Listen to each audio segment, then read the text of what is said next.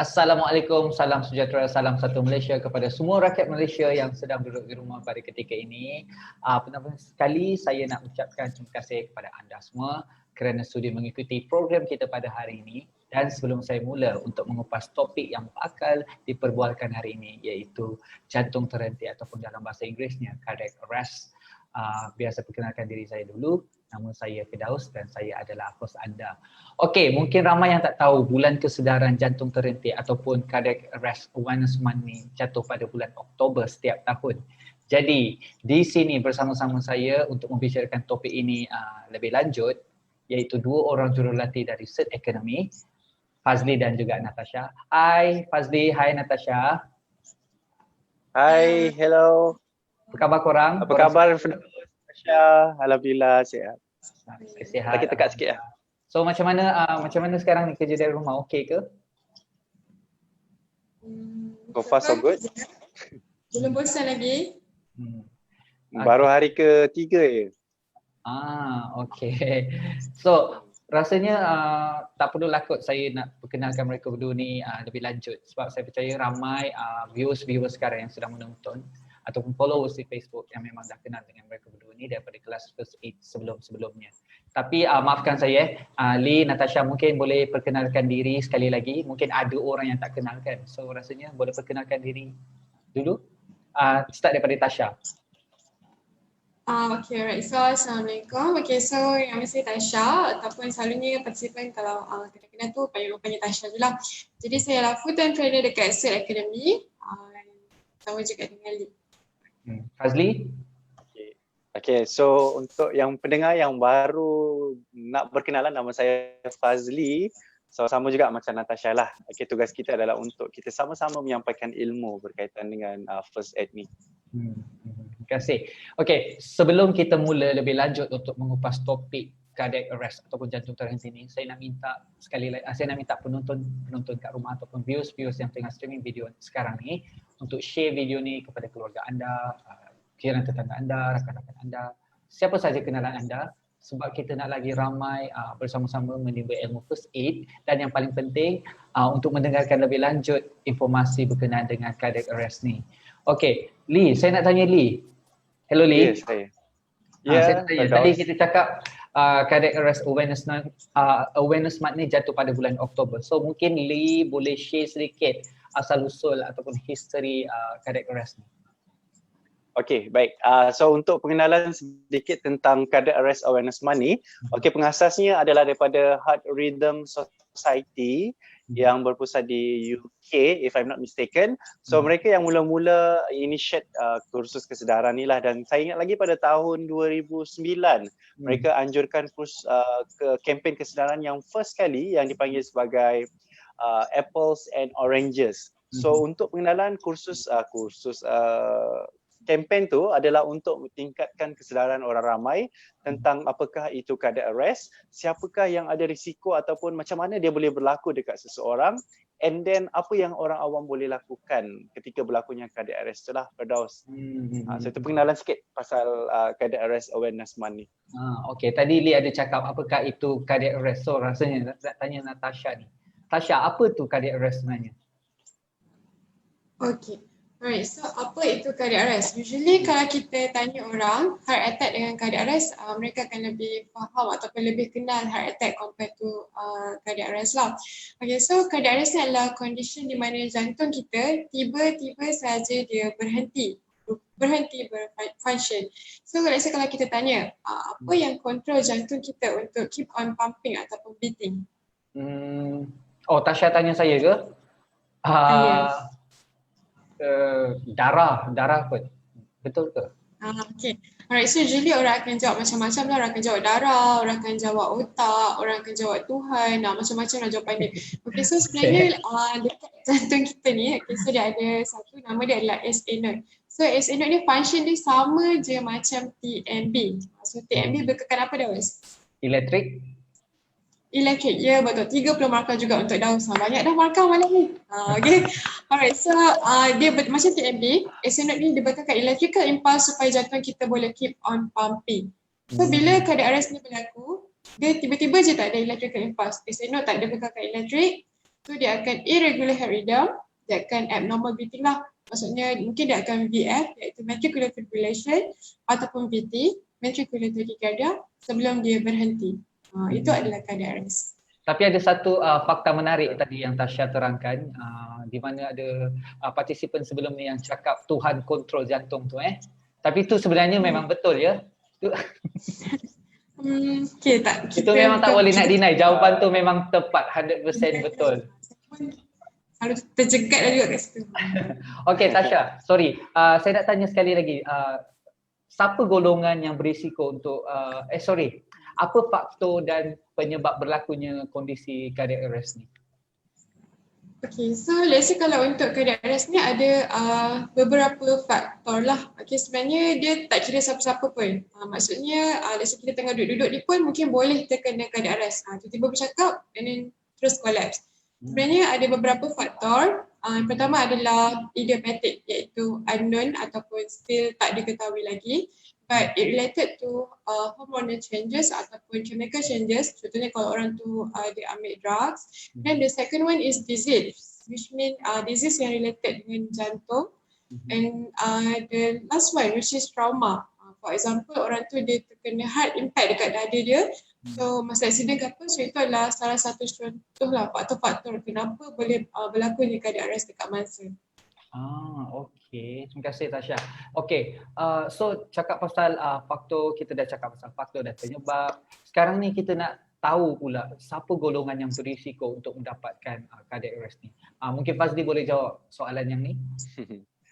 Okay, so siapakah yang berisiko untuk mengalami cardiac arrest ni? Okay, yang first kali adalah mereka yang mungkin ada masalah penyakit yang berkaitan dengan jantung. Okay, contohnya mungkin ada masalah sumbatan pada jantung which is boleh menyebabkan heart attack and then lead to cardiac arrest. Okay, yang kedua adalah mereka yang mungkin ada mengambil ataupun membuat pengambilan dada yang terlarang, which is dada ni kita tahu chemical dia mungkin boleh mengganggu aktiviti jantung tersebut berfungsi. Okay, dan yang ketiga sebenarnya kita semua perlu risau, Firdaus, Asha, okay, dan siapa-siapa sahaja sebab cardiac arrest dia sebenarnya boleh berlaku dekat sesiapa sahaja. So boleh cakap kat sini cardiac arrest ni sebenarnya dia tak mengira umur. Orang muda pun berpotensi untuk mendapatkan kondisi cardiac arrest ni. Betul. So orang ramai kat luar sana tu berhati-hati ya, sebab mungkin anda tak tahu siapa-siapa pun boleh kena. So sentiasa peka dengan sekeliling anda lah. So saya nak tanya lagi sekali, berkenaan tadi kita cakap cardiac arrest dan jantung terhenti, dia sebenarnya macam sama tapi dalam masa yang sama dia berbeza, betul tak Lee? So soalan saya kepada Lee ni kan, apa perbezaan cardiac arrest dengan heart attack ni? Okay, macam saya sebut tadi, okay, mereka yang boleh kena cardiac arrest ni adalah mereka yang ada masalah jantung. So dia ada kaitan satu sama lain lah antara cardiac arrest dan heart attack ni. Okay, so cuma beza dia adalah first adalah daripada punca. Jika contoh heart attack, punca dia adalah disebabkan oleh blockage pada arteri dekat jantung tu. Tapi cardiac arrest adalah disebabkan oleh masalah electrical circuit yang problem dekat jantung kita, menyebabkan jantung ni dia tak berdegup dengan normal, ataupun kita panggil sebagai irregular heartbeat lah. Okay, so itu beza punca dia. Yang kedua adalah kesan ataupun apa yang jadi ketika berlakunya serangan jantung ataupun jantung terhenti. Untuk heart attack, mangsa akan menunjukkan few sign and symptom lah. Yang secara general kita tahu sign and symptom dia, mangsa akan mengalami sakit dada belah kiri, okay, dan dia akan berpeluh, rasa sakit kepala, nausea. Okay, tapi untuk cardiac arrest, mangsa ni dia tak ada warning, Firdaus. Tiba-tiba kalau cardiac arrest berlaku, mangsa akan terus rebah, mungkin akan berhenti bernafas secara normal, dan kita cek nadi pun mungkin nadi dah tak ada lah. So maksudnya itu impact dia. Cardiac arrest tak ada warning, heart attack dia ada tanda-tanda and symptom. So maknanya heart attack ni kita boleh nampak bila seorang tu terkena heart attack, kita boleh nampakkan dia punya kondisi dia. Ya, dia menahan sakit, betul tak? Betul ya betul, dia akan sakit. Okay, so sekarang ni contohnya kalau kita jalan-jalan pergi tempat awam, masa bukan CMCO ni, situasi ni bukan CMCO Bayangkan kalau kita jalan-jalan pergi tempat awam, contohnya macam kat taman, and then tiba-tiba kita nampak seseorang itu diserang ataupun mengalami kondisi cardiac arrest ni. So soalan saya kepada Natasha kan, apa pertolongan ataupun langkah-langkah first aid yang kita boleh kita ambil untuk membantu mangsa yang diserang cardiac arrest ni?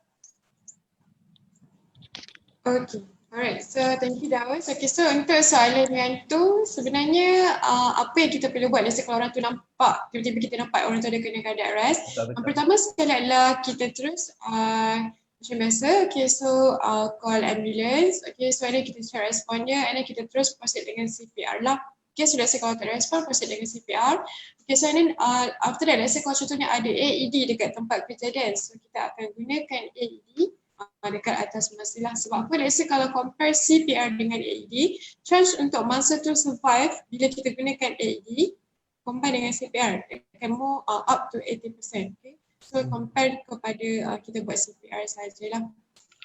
So Tasha ada sentuh AED. So rasanya ramai orang kat luar sana yang tak tahu AED tu apa. So mungkin Tasha boleh share sedikit informasi berkenaan dengan AED.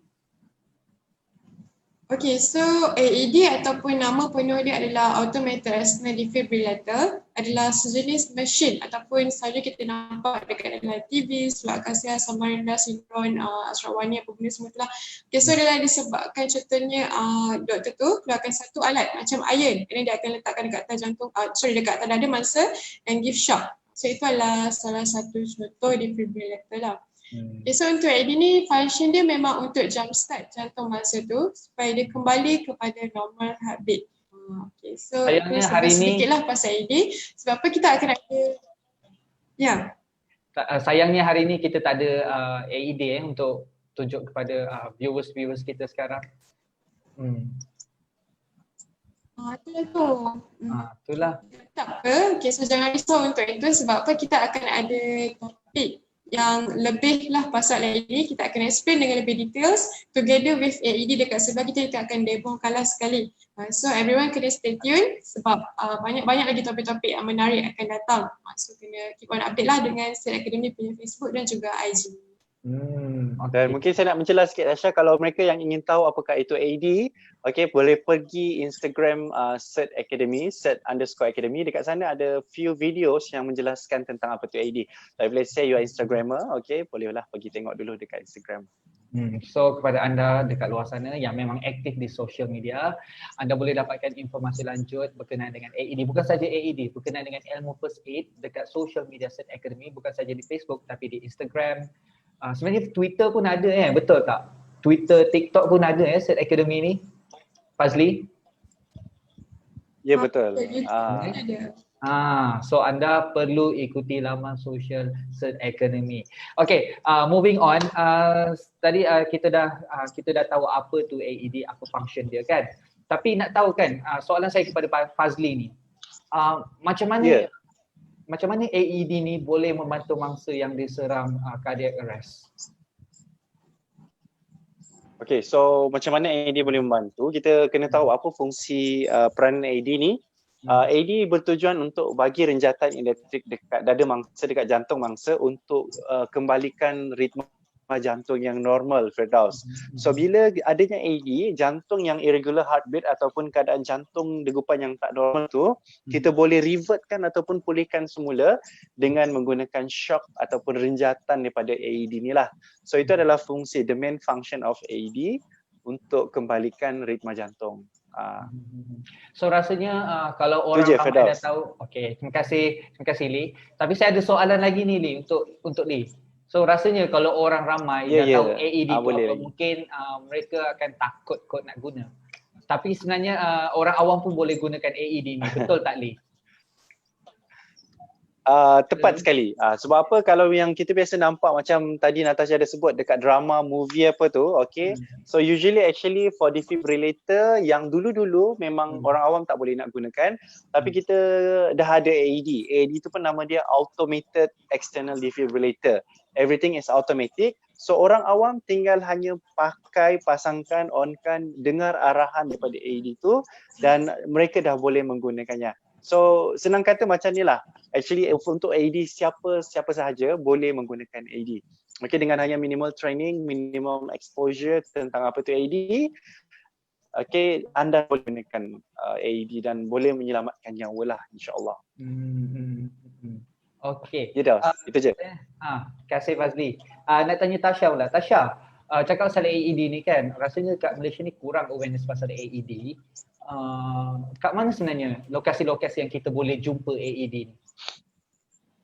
Okay, right. So kalau untuk lokasi kat AED ni, dekat Malaysia sebenarnya dia punya awareness semakin meningkat lah. Sebab apa, let's say kalau anda pergi dekat mana-mana mall pun, so anda boleh nampak AED. Cuma mungkin orang tak tahu yang itu adalah AED. Contohnya kalau dekat Sunway Pyramid, okay, so dekat IOICT, dekat Times Square, okay, ataupun anda pergi dekat KLCC sekalipun. So let's say kalau KLCC tu, agak-agak ada berapa tingkat dia kat situ dah, Wes? KLCC 88. Okay, nasib baik tahu kalau tak kena buang negara. Okay. So ya, Dah 88 bijak, tingkat kat situ. Kat setiap tingkat tu ada AED. So ada juga dekat contohnya Sepang Gold Coast ataupun 4 to 5 stars hotel lah. Itu adalah dekat mana kita boleh jumpa AED. Tapi sayangnya hari ni AED tak ada AED untuk tunjukkan kepada viewers-viewers kita. Tapi tak apa, nanti next topic kita akan demokan sekali macam mana nak guna AED dengan lebih details lagi. So rasanya kalau ada orang yang nak tahu AED tu sekarang, boleh Google AED. So boleh tak bagi tahu dekat Cert Academy ni AED apa, brand apa yang dipakai? Okay, so bukan dekat Cert Academy saja. So actually salah satu brand ataupun yang saya rasa kita mostly akan nampak lah dekat mana-mana mall, dekat hotel pun adalah Hudson. Okay, so sebab apa Hudson ni dia salah satu contoh dia punya advantage dia. Okay, so dia akan give feedback lah. For example, bila awak buat CPR, kita dah tekan CPR, so dia akan give feedback. Contohnya dia akan cakap good compression ataupun push harder, which mean dia akan guide kita punya CPR walaupun kita tak pernah attend ataupun with minimal training, you still can do CPR like a pro. Gitu. Oh, maknanya dia senang lah untuk digunakan Betul tak? Sangat-sangat user friendly. Betul. So kepada viewers yang tengah streaming video ni sekarang, AED ni bukan tak semestinya orang yang layak seperti macam doktor pakai device ni. Sebenarnya anda pun boleh memakai AED ni dan sangat-sangat mudah untuk digunakan. So soalan saya seterusnya dekat Lee. Kita dah cakap pasal AED tu apa semua. Saya nak tanya Lee sebenarnya, harga AED ni berapa? Okay, harga dia. Rasa-rasa Firdaus cuba teka lah. Cuba bagi some guess. Berapa harga AED ni? Cuba you teka. Alamak, yang ni susah sikit ni.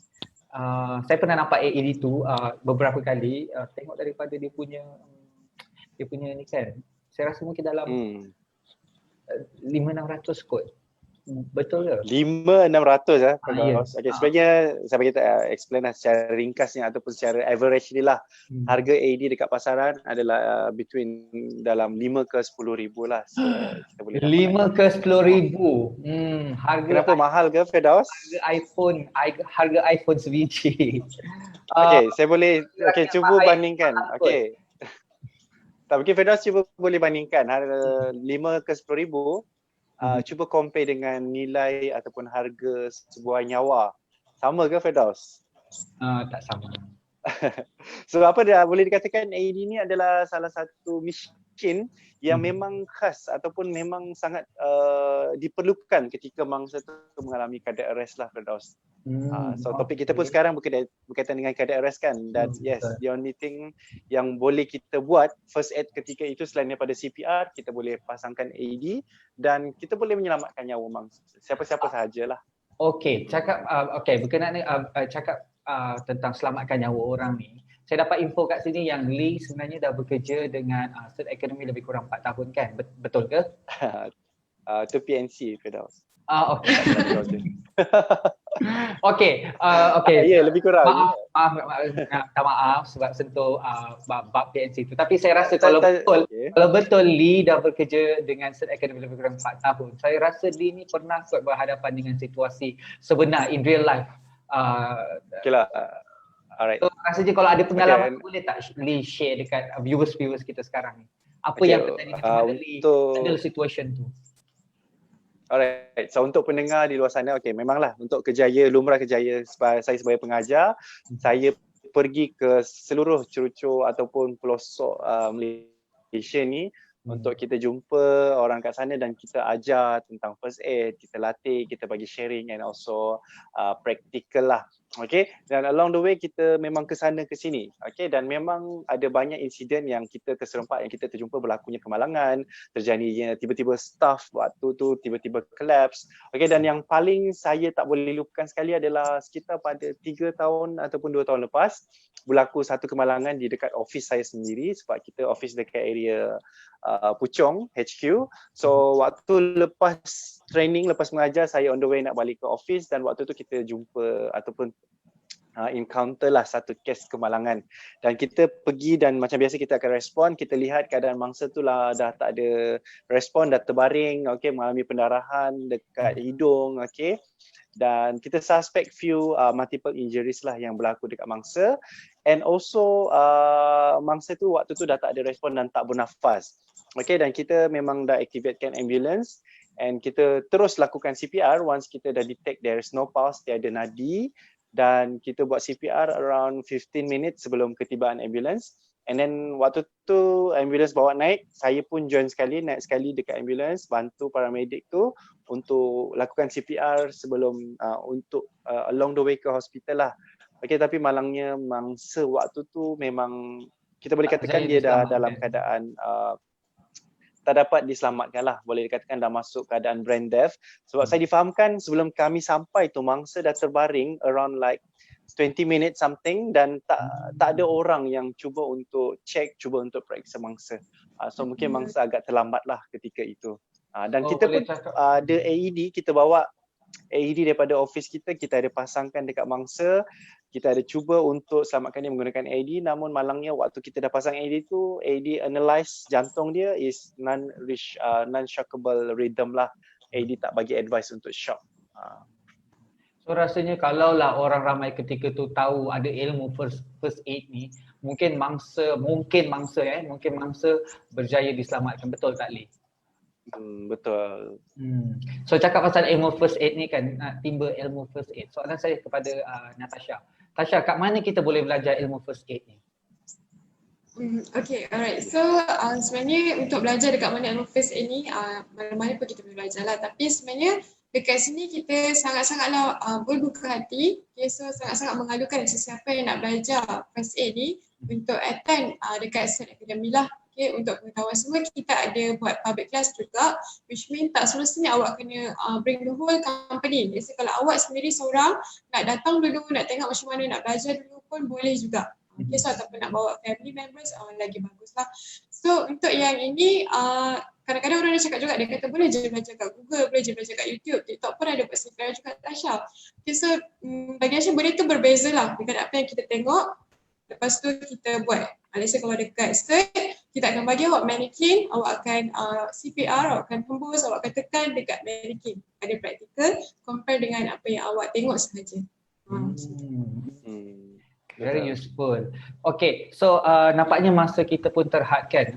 Mungkin ada sepatah kata yang nak disampaikan kepada viewers kita yang sudah menonton ni, yang berminat nak belajar ilmu first aid.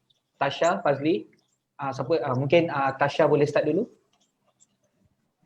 Okay, so last but not least, Tasha just nak ucapkan thank you for this and watching, and stay tuned untuk lebih tahu lagi tentang bukan sahaja CPR, AED, ada banyak juga topik-topik yang you guys akan belajar melalui set media ataupun melalui kita punya kelas lah dekat public class. Okay, so untuk sesiapa yang berminat boleh tekan dekat link tu juga untuk confirmkan lah. Okay, so first sekali. Okay, untuk bagi pihak saya lah. Okay, dalam situasi MCO PKP ni, okay, kita harap kita dapat positifkan minda. Okay, dan untuk ilmu first aid ni, ini adalah sangat essential, sangat penting sebab kecemasan, situasi panik boleh berlaku anytime, anywhere, dekat mana-mana sahaja. Mungkin boleh terjadi dekat orang yang terdekat dengan kita. So tugas kita adalah untuk kita lengkapkan ilmu first aid, and InsyaAllah dalam apa-apa situasi pun kita mungkin boleh berhadapan dengan tenang sebab kita dah ada ilmu dia. Betul. Itu je, Firdaus. Terima kasih. So sebelum saya akhiri program kita hari ini, sekali lagi saya nak ucapkan terima kasih kepada Fazli dan juga Natasha kerana sudi meluangkan masa bersama-sama mengupas topik cardiac arrest ni. Terima kasih. Jadi kepada penonton-penonton di rumah ataupun viewers yang tengah streaming video ni sekarang, sekiranya anda berminat dan ingin belajar ilmu pertolongan cemas, boleh layari laman web CERT Academy yang tertera dekat skrin anda kat bawah tu di www.certacademy.com.my. Dan sekali lagi saya nak ingatkan kepada anda semua, anda sebenarnya boleh ikuti laman sosial CERT Academy bukan saja di Facebook. Betul tak Fazli? Boleh follow dekat Instagram, boleh follow kat Twitter, Betul. TikTok dan juga LinkedIn. Dan sebenarnya anda boleh PM directly customer service CERT Academy dan mereka sangat laju memberi respon. Betul tak Tasha dengan Fazli? Ya betul. Laju. Ya, betul. Okay, so terima kasih sekali lagi kepada penonton-penonton kerana sudi meluangkan masa bersama-sama kita hari ini, dan berjumpa kita di hari yang lain. Sama-sama jaga jarak, penjarakan fizikal, pakai mask kat mana-mana pun. So and stay safe. So saya Firdaus, Natasha, Fazli. Saya Fazli. So kita jaga kita. Kita jaga kita. Kita jaga kita. Okay. So assalamualaikum warahmatullahi wabarakatuh. Berjumpa kita di hari yang lain lagi. Stay safe everyone. Bye bye.